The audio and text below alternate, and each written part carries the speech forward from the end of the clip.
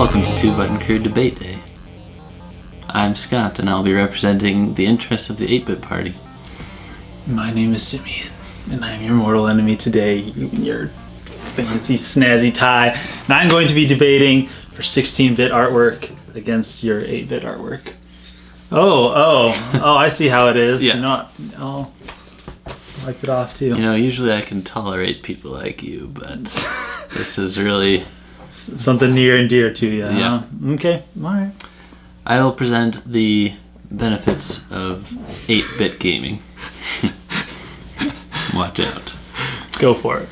8-bit gaming provides the largest hyperdose of nostalgia that you could ever ask for because it takes gamers all the way back to the beginning. You could say there were other beginnings, but this was the beginning that mattered. This, well, I'll get to that later. The NES era started everything that Nintendo is famous for. You like Metroid? You like Mario? Yeah. You like Zelda? Yeah. You like Donkey Kong? You like... Not Star Fox or F-Zero. Or Pokemon. But it really started most of what Nintendo is famous for. One reason I like 8-bit art is that it's so clean. Flat. And flat design is big these days. Just ask me. I'm a graphic designer. Go ahead, ask me. What's big these days? Flat design. And 8-bit art looks nice and flat. You don't have to laugh during my presentation. No, I don't, but I will. Well, you get double the bits with 16, but did they really use those extra 8 bits? Well, I don't think so. You know what I think? 16-bit sprites just look kind of more cluttered. Too much going on.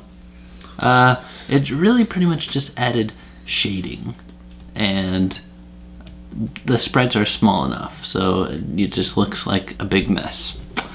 8-bit art is more iconic. It's more instantly recognizable. You're like, hey, I know what game that's from. And if you will notice, Simeon, all of Nintendo's retro throwbacks these days are back to the 8 bits. Look at this fine wall. How many bits are on that, Simeon? 8. 8 is correct, and 8 and 8 and 8 and 8. And 8. Oh, and how many bits is... We'll get to that later. Will we? Yes, we will. Okay. But I'm talking like even in gaming and stuff, not just merchandise, including t-shirts and stuff, and ties.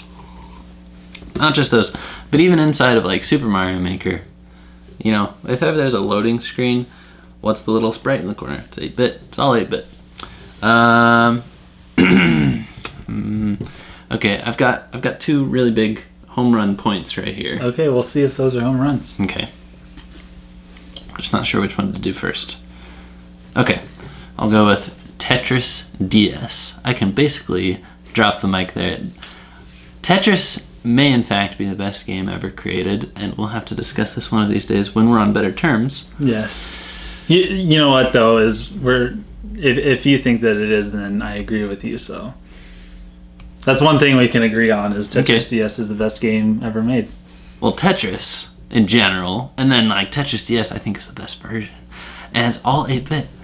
It's all 8-bit. It's got so much 8-bit in it. Bits, 8. All up in there.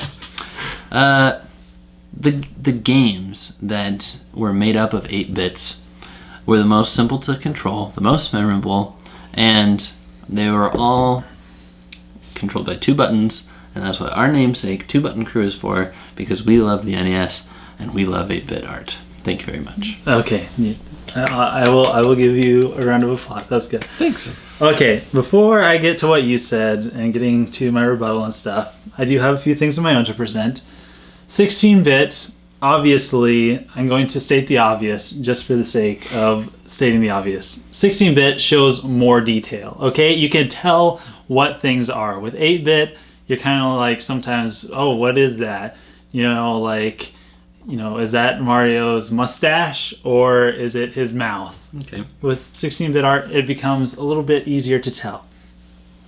16-bit shows a lot more color so that Mario doesn't have poo brown hair, okay? You don't want poop-looking Mario, okay? That's nasty.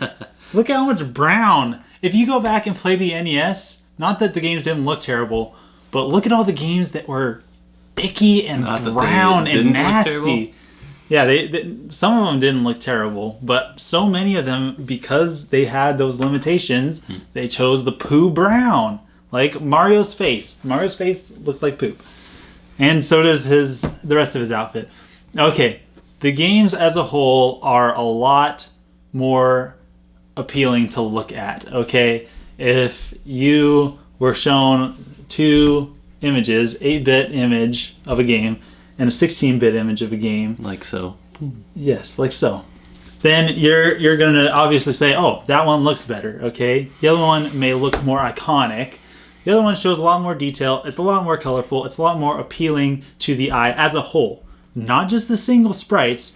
I'm talking big picture. Whole picture looks better, especially the backdrops, okay? The backdrops show a lot more detail. Backdrops in Super Mario Brothers, they're just a blank wall, okay? They're just one color. Okay. Didn't think of that. Yes. Look at the, caves between Super Mario Brothers, even Super Mario Bros. 3, and Super Mario World, and Super Mario World. The caves? The caves. Okay. The backgrounds of the caves. Even just that. If you took that and it's like, oh, this is black. There's literally nothing else to it. Oh, or there is a cave back there with stalagmites and stalactites with shining diamonds in it, and you want to go into the background and even be in the background. Okay, that's how nice 16-bit art is. Okay, look at this. Okay, we already did Super Mario Brothers and Super Mario World. Look at the original Metroid, which looks very bland. Black backgrounds all over the place. And Super Metroid, which had lush foliage and detailed backgrounds and caves and more detailed enemies. Okay. So you can tell what you're shooting at. Also, You're gonna stop building all your arguments on caves, Simeon? the caves make the argument. Okay, Legend of Zelda versus Link to the Past. Which looks better? Once again, you have the brown, okay? Pink. The pink hair? Okay. The pink hair, that is Miyamoto's fault, okay? And I know the reason why he has pink hair, but literally there's no reason he has pink hair. It was just Miyamoto. We can talk about the pink hair at another time. But that was not the graphics' fault, because they could have made it a brown bunny instead of a pink bunny. That was a design decision by one person. Okay, but if you compare those two games, besides the pink hair, you are going to say, oh, this looks a lot better. Mario 30th Anniversary Amiibo. Which Mario Amiibo did you want for your 30th anniversary? Which one did I want? Yes, which one did you want? You wanted Either. This one, because this one is a lot more colorful and looks a lot better than Pooh Brown Mario. Okay? Even you who go for this. Okay, and also I did not answer Tetris your DS. question. Tetris DS, I answered it for you, and I'm correct. Don't lie. Okay. Also, I would like to respond to your Tetris DS. Tetris DS sprites that were 8-bit weren't all 8-bit. If you look at the Super Mario Bros. 3 Mario sprite, that is not an 8-bit sprite. I'll have to go back and check that. I went and checked it, and it's not an 8-bit sprite. It's a slightly altered 8-bit sprite. What, 9 bits? Yeah, basically. All right, so the clock is ticking, Mr. King. there we go. Wrap There we it go. up. I'm wrapping it up. That's what I wanted to do is rebut your argument of the Tetris What'd you DS just thing. call me? Rebut. A rebut, and you're not just a butt. You're a rebut. You're two butts. It's like a read. One butt after another butt. Well, I can only survive by ignoring people like you. So, once again, there are two comments in the comment section of this video. Yes. Thumb up either one, 8-bit or 16-bit. We can't solve this 16-bit. without you guys. Both 16-bit. Well, They already know the right choice. Oh yeah, I'm sure they do. Thanks for watching, and thanks for being part of the crew. Don't forget to like, to comment, to subscribe, and most of all, to share with your friends. And debate with your friends. Should have dressed nicer, Simeon. I know I should have. See you next time. Signing out.